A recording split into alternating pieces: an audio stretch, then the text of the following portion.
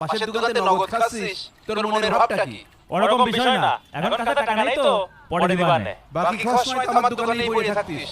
এখন টাকা দেওয়ার সময় হয়েছে, এখন যত ব্যস্ততা, তাই না?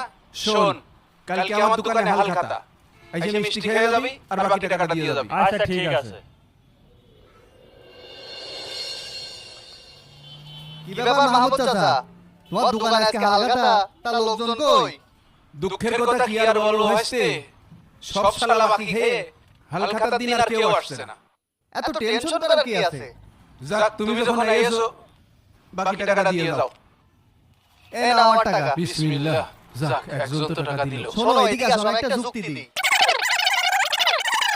তুমি তো ভালো বুদ্ধি দিয়েছো হইছে। হ্যাঁ, আমি কালকে এই ব্যবস্থা করব। ঠিক আছে, তাহলে গেলাম। কাজ হবে। এই মিষ্টিটা নিয়ে যাও হইছে।